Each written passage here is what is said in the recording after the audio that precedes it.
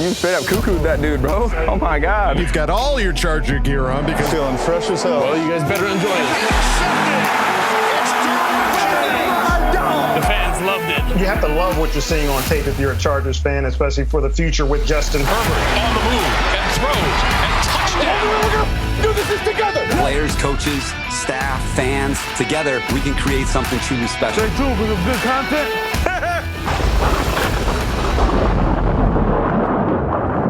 Hello. Welcome back to the Charger Chat. I'm your co-host, Will Dugson, with my buddy, Kev Huggin Duggan. Happy Friday, everybody. Happy freaking Friday, and let's not forget Kyle the Coach Duggan. Family, trust, respect, boys. That's right, folks. We finally had our first preseason game of NFL, and nobody cared.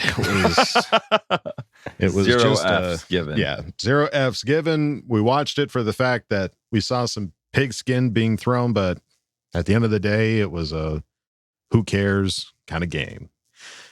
But we've got some other things to talk about here, folks. We've got a birthday to celebrate. We're a little late on the celebration, but we got to say happy birthday to Mr. Darwin James. Darwin, if you want to give us a birthday present, sign your contract, my guy. Yeah, come on now. We got birthdays coming up. Field. Kyle and I are August birthdays. Yeah, we're August babies. You better be signed before my birthday.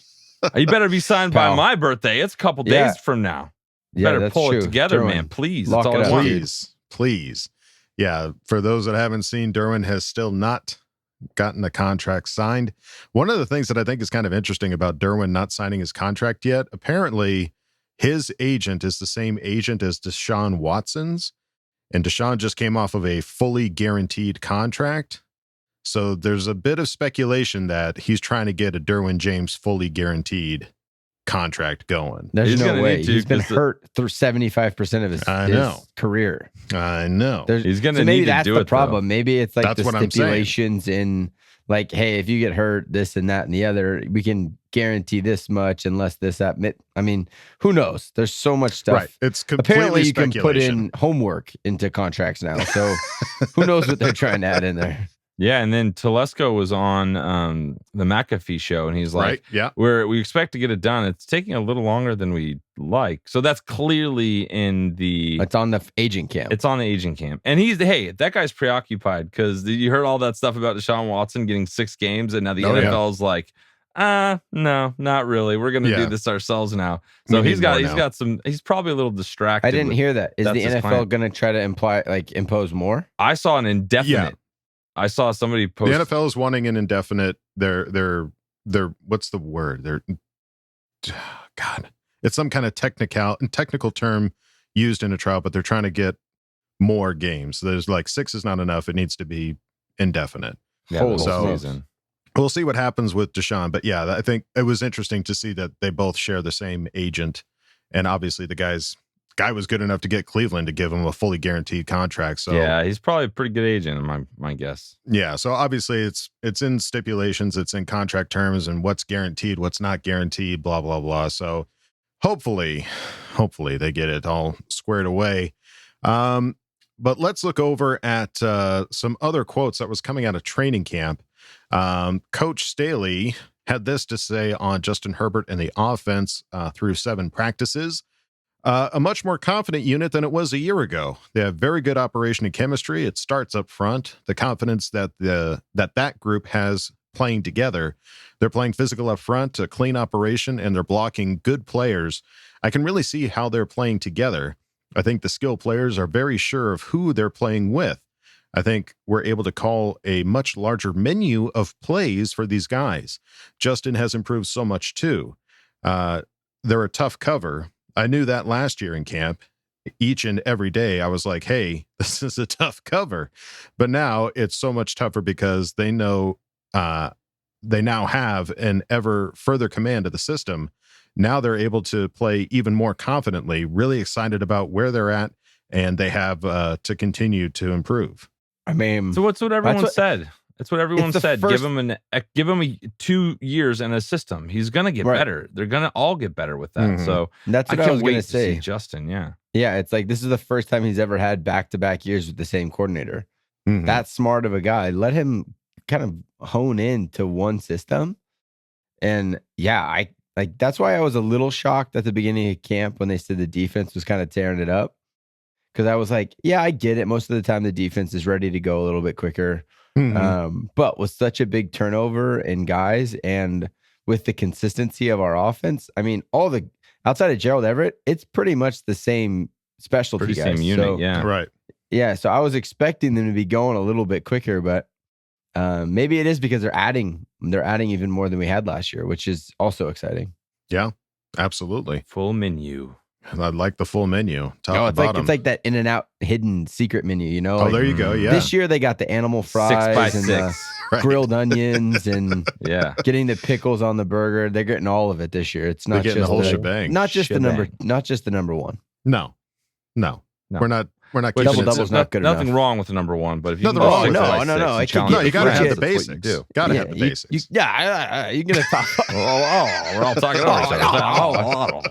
He could be a top 5 offense with In-N-Out's menu is solid. You don't even need another hidden, but you have one of those Neapolitan shakes and your whole world opens up. Crack that shit open. Let's go. It is pretty much a magic carpet ride. I never knew. All right, well, let's get back to the Chargers and off of In-N-Out. Gerald Everett talked about Justin Herbert. He said, Justin is a great guy off the field. I met him before we even started throwing passes in OTAs. I can't say enough about the guy. He's extremely humble. With him being as young as he is, the sky is the limit for him. He shows so much potential. Like you guys saw last year, thousands of yards in the passing game. He can scramble. He's kind of like a mesh of Russell Wilson and Jared Goff. I was fortunate enough to be able to play with 2 great quarterbacks in Jared and Russ, and I feel like Justin is a mesh of both those with height and the ability.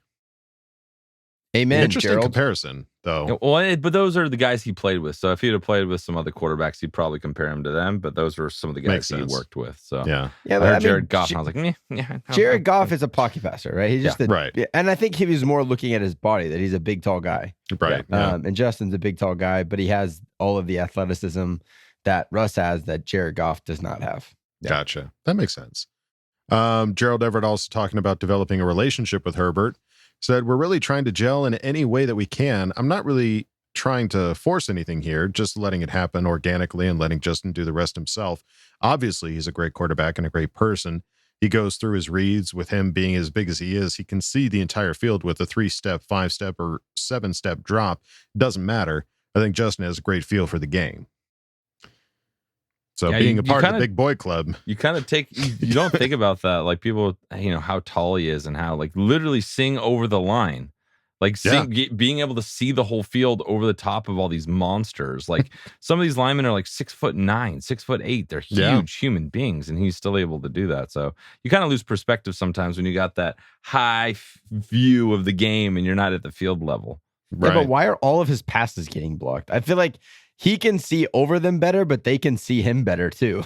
you remember maybe Darren Sproles when he was back in the backfield, the linebackers, they could not see the little guy. He would just squeak out and be gone. Mm-hmm. And it's like they have a very clear shot on Justin's arm too. And he goes back to throw, they can all see. Mm-hmm. So I don't know. I've just been trying to figure out how a guy that big keeps getting that ball batted down like semi decently consistently. Mm-hmm. And the only thing I can think of is he's just such a big human being that the D-line can see him right away too. Right. Yeah. But he also did make some amazing side throws around people and stuff. So sorry, Kev. Sorry. I didn't mean to speak ill of. God damn it, dude. You know how I feel about this. Oh my God. How dare you. I could this see guy's throwing for thousands of yards, talking, and all you can talk about is passes getting batted down. The whole down. time I was talking, I could see Kevin. Nancy. Kevin was just fuming at the ears the whole time I was trying to make that point. All right, well, let's look over at Sebastian Joseph Day, who was also talking about Justin Herbert. Everybody's talking about Justin Herbert Day. Yeah, I have a Justin Herbert story too afterwards. Okay. Oh, shocking. Let's see. So Sebastian Joseph Day said, story or a dream? Both. We just got shushed. Sebastian Joseph Day said, Sherbert, Jay Herbo, he's everything I've heard. Unreal talent, great arm, has a laser, put things on a dot, calm, cool, and collected in the pocket. Goes through all of his reads. Stud. The guy is a stud.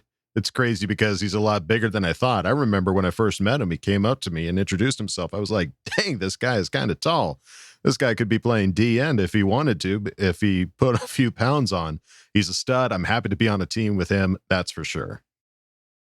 And for the record, I wasn't trying to shush you. I was trying to get into his quote, which starts with Herbert. Oh. No, you're welcome to shush us. Please. Yeah, fair enough. Yeah, whenever you need to. Yeah, we're the host of this show. Zip it. It's just the height thing. Like, not like he's a lot taller than I thought that guy was. Like, yeah, pretty sweet. That seems to be the quote from everybody that when they first meet him, they're like, yeah, he's shockingly large. When we talked to Merriman like last season when we interviewed him, he's like, that was the same thing he said. He's like, that dude is tall. Yeah, like really tall. Like, yeah, he's pretty tall. Yeah. Tall. So when you saw him, Kyle, were you like, damn, he's tall? No, because I'd seen him in games and stuff before. I think enough that, and after all these guys saying that, what's wrong, Kev? Oh no.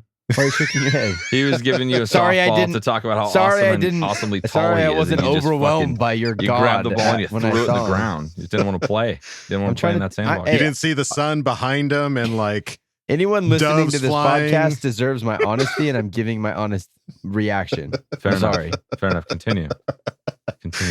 I want to hear your Herbert story. Yeah, what's your Herbert story? I want to hear about it. He paid off for me this 2 days ago, big time. So I had a job in Iowa. Listen, I had a job in Iowa. Just so happened the production put us up in a hotel with a casino. Okay, sounds good. Roulette table. Not good for your finances. Sounds good. I got $20. I'm gonna go play some roulette. Lose the first one. I have $10 left. Put 7 of it on what number? 10. Guess what I hit? Oh, you hit 10. Boy. I was like walked away with like by the end of the night like $250. Hey, made me some that. money. So thank you, Justin. I know you didn't do that on purpose, but I bypassed all the important birthdays of my family. And I took it all and put it on 10, and it paid off. So looking for you to pay off this year. Let's go, baby. That is pretty impressive. That's right. All right. Well, those of you that have been keeping an eye on Chargers and some of the articles that they've been putting out, there was a recent article that came out from Hayley Elwood about one that we wouldn't necessarily expect to see an article written about them, but Mr. Trey Pipkins. Hayley Elwood sat down with Trey Pipkins and asked him some fantastic questions, but some of them obviously stood out more than some of the others. The first one here, you've had a different offensive line coach with the Chargers every year you've been in the NFL. 2019, Pat Mayer. 2020, James Campen. 2021, Frank Smith. And now this year, 2022, Brandon Nugent. Has it been hard to find the consistency there as a young player? Pipkins' response, I think struggles came from that a little bit because I didn't know what my style was. I was trying to do one coach's style or one player's style. I tried to kind of imitate what Russell Okung did my rookie year and was like, that didn't work for me. And then I just didn't know what my style was, and having different coaches, I was trying their new styles. But now, having similar coaches that have come from a similar philosophy the last 2 years, they have similar coaching styles, and I feel like I found my style, and that's helped a ton.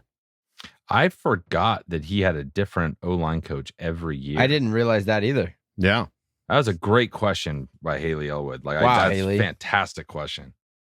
Good reporting. Well, it is eye-opening, and I don't know, because I'm not an offensive lineman or a tackle or anything like that. Do different, offensive line coaches really have some different styles that are so different from one another that it's just like, okay, shit, now I got to learn how to do this instead of this, which is what I've been working with my whole life or my whole career. Does that sound right? I guess. I don't know, Looking dude. to Kyle like, hey, come on, man. Well, there's different schemes. There's different schemes. A lot of offensive line coaches run different schemes, and there's different like attention. I played high school football and I played offensive line, and every day it was drilling a certain thing our coach wanted us to drill. Mm-hmm. It was a proper placement of hands and feet, and I guarantee you, these coaches are all different. And the fact it's kind of interesting that he was a Division II guy coming in, probably just waiting for somebody to tell him how to do it correctly. and he just never got a year where he it clicked. And it sounded like it might have clicked a little bit for him last year, later in the season, because earlier in the season it wasn't that amazing. But who knows? It's an interesting thought. I had no idea this was the case. I'd kind of overlooked this. Mm-hmm. Well, yeah. I mean, we talk about Justin Herbert getting a second year of the same offensive scheme. Talk about Trey Pipkins now having a second year of a similar offensive scheme. Like, that obviously is going to do benefits for him as well. One of the other questions that stood out, Hayley said, for you, what has it been like being out here, sharing the reps and the trajectory as we get further into camp in the preseason, and how that will shake out? Pipkins' response says, it's cool. Storm's my guy. We're friends. We both understand the competition, and we both like that. We're both competitive guys. Neither of us has hard feelings when the other gets reps. We help each other out. It's good, and competition never hurts anything. We're both excited about it. We've both been good with it, and it'll help both of us, to be honest. I don't know if that's the case or if that's just the right answer. Sounds like the right answer. If my contract's on the line, the amount of money that I make, how I'm providing for my family is on the line, I don't believe that he's out there giving tips to Storm Norton. I don't. They probably don't. They're not fighting each other verbally, maybe, but you're trying to beat this guy to prove yourself. Neither of these guys are proven. Neither of these guys are guaranteed another year in the NFL. Mm-hmm. I think that's a little bit of giving the answer that he thinks people want to hear. I mean, it could be. I don't know. I think it's interesting that's the route that you go with it, as opposed to hey man, like Khalil Mack showing Joey Bosa how to do stuff. Obviously those guys are going to have opportunities to both be on the Hall of Famers that will be on the team forever. Yeah. Right. But they're obviously going to be on the field at the same time. We're talking about Pipkins and Storm Norton. Neither one should both be on the field at the same time. So it's really about who's going to get more reps, or if it's just a shared position. But I mean, ultimately, at the end of the day, you want everybody on the team to be as good as they could possibly be to get to the end goal, which is the Super Bowl, and get yourself a ring, get the trophy, all that jazz. So yep. I guess it depends on where the priorities are. And yeah, it does sound like it's the right answer. Hey, we're a team. We're going into this. We're going to get to the end, and we all want to be great. But you're right. They're, at the end of the day, for some of these guys, it's a business. They got to make the most money as they could possibly make. So yeah, and I'm glad he gave the right answer. I'm glad he's not out here stirring the pot and pissing people off. Yeah, not getting kicked out of practice so again. Much. Yeah, it's always stealing my cereal. And then the last question that kind of stood out to us, Hayley said, "How are you a different player than when you first came into the league?" Pipkin says, "Oh, so many ways." Let me get started. I got so many ways. I obviously have put on a lot of strength, which has helped me on the field, but I've just learned so much about the game. Coming from a D2 school, Sioux Falls, all my coaches were great, and I learned a lot there. But the NFL is just a different level. You learn about different things you never learned about in college, and all of that stuff helps slow the game down for you as you learn more and more. I've just learned so much and gained so much knowledge along with all the physical things I've gained. That's probably the biggest way I've grown. Bigger, faster, stronger. In every way. In every way. So I think it's interesting that even, he's going into his fourth year. He's been in the league 3 years and still referring back to, well, when I was in college, it was like this. It's like, okay, it's taken you three years to catch up. Is that just do you think that's just because of the division that he came from, a Division II type regime, and he's just now getting up to NFL speed? No, I don't think you can blame 4 years on coming from a D2 school. Right. There's other guys that have done it faster. So yeah, there's no excuse there. It's just, for whatever reason, it's taken longer for him to develop. Mm-hmm. Maybe his head wasn't there. These guys are human beings, right? There could have been stuff that he was struggling with off the field. Obviously not living up to expectations. And so, yeah, for whatever reason, it's just taken him that much time to get comfortable, have confidence in his style of play and who he is as a tackle. And I'm praying and hoping that it all comes together this year. Mm-hmm. Well, he's got two things going for him this year. One, he's got another year with a similar coach and a similar system. Great. Two is working with Duke. Was it Merriweather? Merriweather, yeah. them working together and him going down there and not just doing an off season by himself, kind of working out, getting stronger, him actually being with top guys during the off season. He's doing the right things. So we'll see if it pays off. I hope. Well, this is the first season where he's really been in the talks. Like, this guy should be a starter, like at the right side, right? We had Brian Balaga the last couple of years. Like, that's the starter. Sorry, dude, you're not going to have a shot. Sure. And then there was the little bit of the maybe he'll be the left tackle until we drafted Rashawn Slater. But this has been his first real big time opportunity to get on the field in a significant way. Big time. Yeah. I think that's part of what was interesting. If you read the full article, which go to Chargers.com and check out the full article. It's a great article to get you a little bit more insight into Trey Pipkins. But there was also basically him talking about like how Rashawn Slater was like, hey, you should go to Duke Manyweather. Hey, and come with me. Maybe hey, practice. Trey, you've been sucking. Come with the All-Pro. Let's go. You could look at it that way, or you could look at it like, hey, we're going into a second year, similar scheme. Obviously, it really worked for me training with Duke Manyweather. Maybe it would work for you if you went to go train with Duke Manyweather. That's just a polite way of saying you suck and you need to come train with me. Listen, it's all about relationships here with the Chargers. We love all of our Chargers. We love all of our Chargers. We believe in you, Trey. Hey, if I felt that way about you guys, I tell you guys, get your head out of your ass and do something. Like, I have love for you. That's why I would say that. You know what I mean? Trey, we believe in you. Come get some. Get some. Let's ride. Get it. Let's ride. Let's ride. Yeah, Trey, let's ride. Well, while you're riding, go right over to chargerchat.com. Check out all the sweet stuff we've got over there. T-shirts, hoodies, and stickers. We've got a member section where you can chat it up with other Charger Chatteteers and ask questions and ask Bold Fam. So go right over to chargerchat.com. That's right. That's right. All right. Folks, it's time for the next segment. You know him. You better freaking love him. Oh, I do. It's the Craig Experience. Oh, yeah. Oh, yeah. Half-assed. Oh, yeah. Look, you guys need to go to Duke Manyweather. Yeah. Pull your head out. Do it again. Come on in, man. Kick your feet up. Oh. Craig Experience. Hello there. Make yourself at home. Got some stuff to talk about, right? Moving on. Right off the bat, just so you know, your ears are not deceiving you. I do sound like crap. That's due to this summer cold or sinus infection thing that I'm dealing with. Yo, it's not the vid, so don't worry. It's gonna take another couple days for your boy to get off the IR. A few more nights of mouth breathing until 4 a.m. And remaining heavily medicated. And I'll be just fine. Trust me.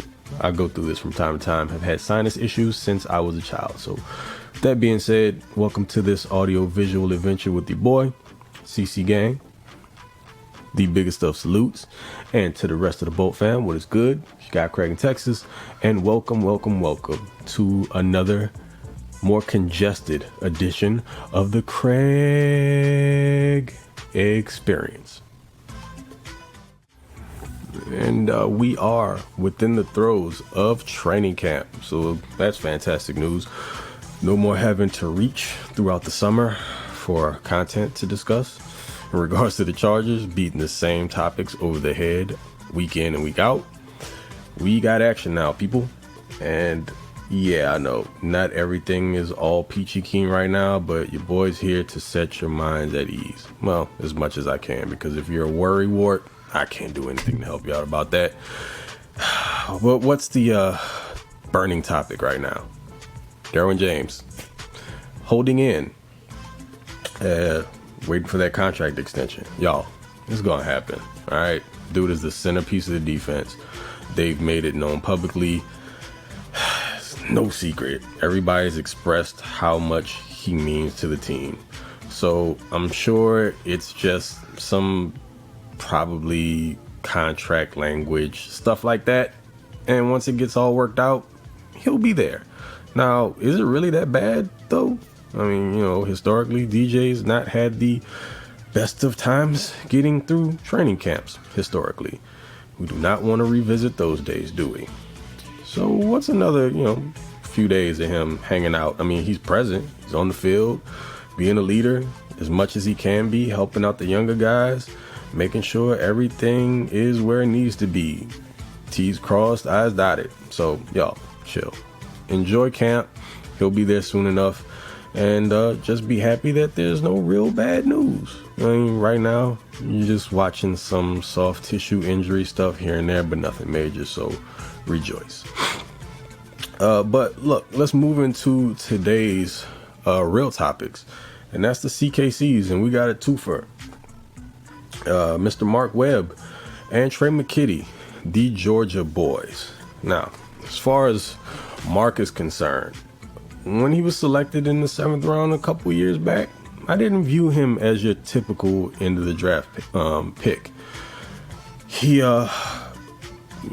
he pretty much is the type of player that Brandon Staley looks for in his secondary guys, and he wants somebody that's super versatile, can play multiple roles. He's a bigger body, big slot safety guy. So of course, I mean, at Georgia he played star. He's going to do the same thing for the Chargers. Last season he was injured, so you didn't see him a bunch, but I think expectations were high for him last year. And now, provided health is where it needs to be, you're going to watch him play similar role, especially when they roll out in like dime formations. He can play, again, star. He can be your money backer. He can also line up as a split too high safety. 6'1", around 210 pounds, so he's got the type of size and length necessary to defend your tight ends up the seam and hold up against the run.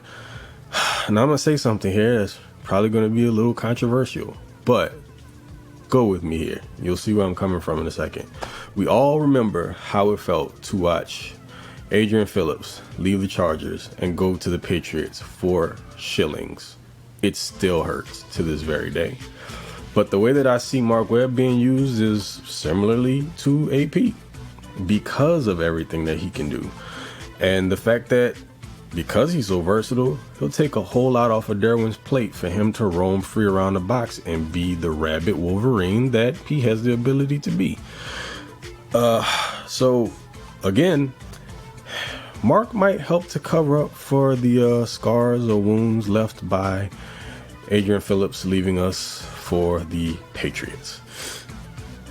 Moving on from that, Trey McKitty. And this is where it gets really interesting, right?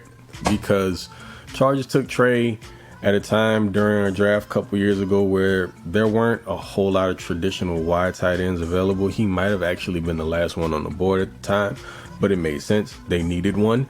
And I understood the pick when they made it. I mean, of course, was it everyone's favorite? Nah, because, sometimes you have to look at the bigger picture, the macro, not the micro, right? At the time, the Chargers needed more of an inline blocking tight end.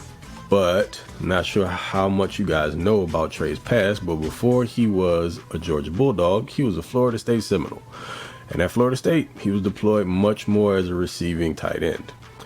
Scheme changes going to Georgia, that they were more of a run-heavy team in the SEC, and so he didn't see as many pass-catching opportunities. At the Senior Bowl, he showed those receiving chops again.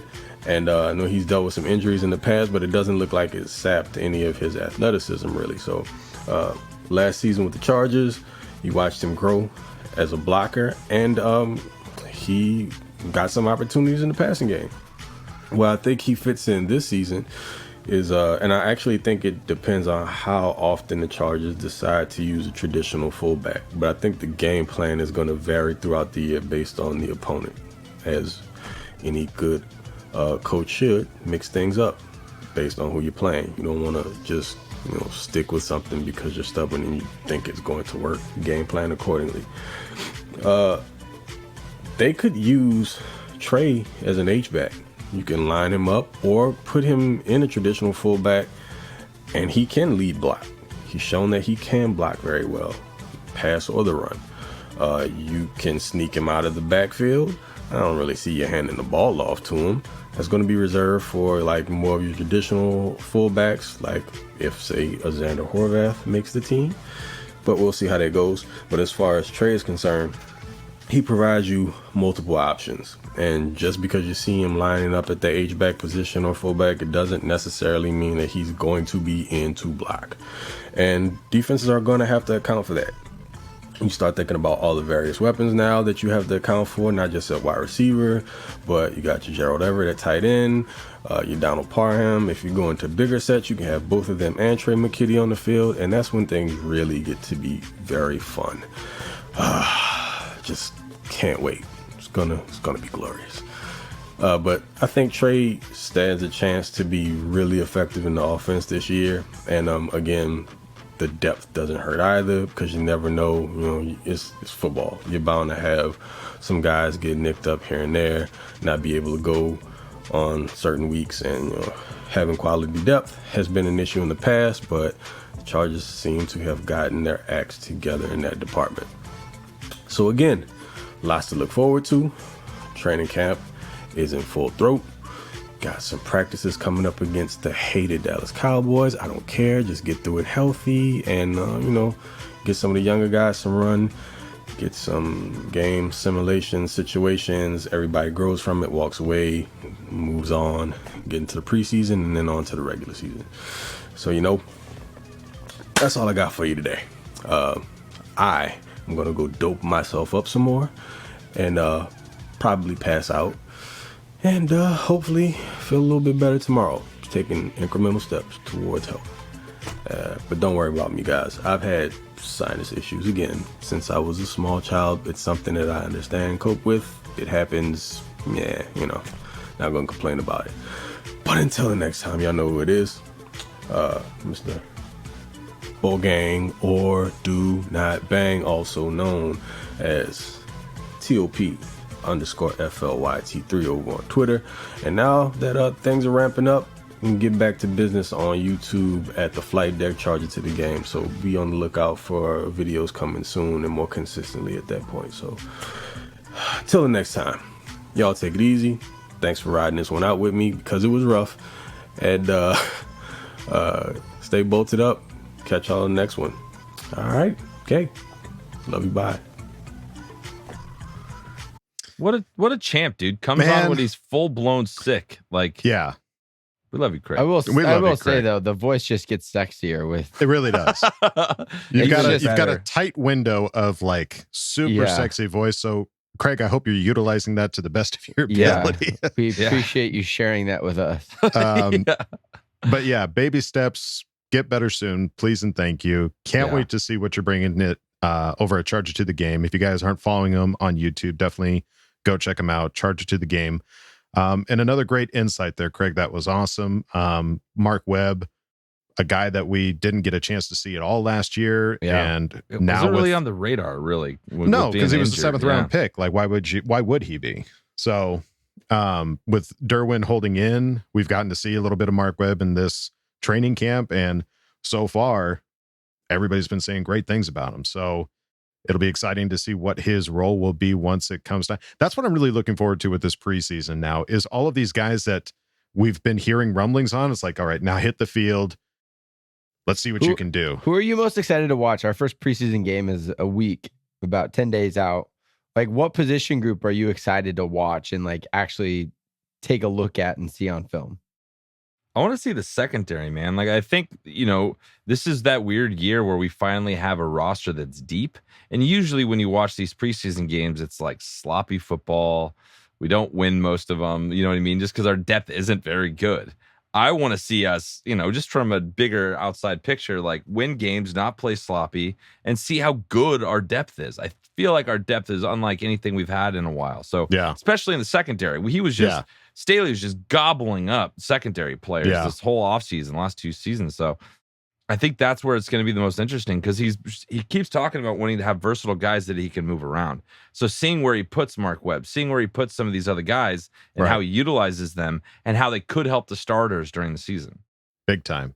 Yeah, I would say the secondary too. I'm also curious to see what the O-line looks like. Like who are they going to be trying? Sawyer, some of those guys, some of these guys that aren't, not making first string. Yeah. Storm and Trey are playing in all these preseason games. That's 100%. Sure. Yeah, we need to see what they can do. And Tillery, he's playing in every single one of these. Tillery will definitely be playing in the preseason. He's not earned any time off. No, that's for sure.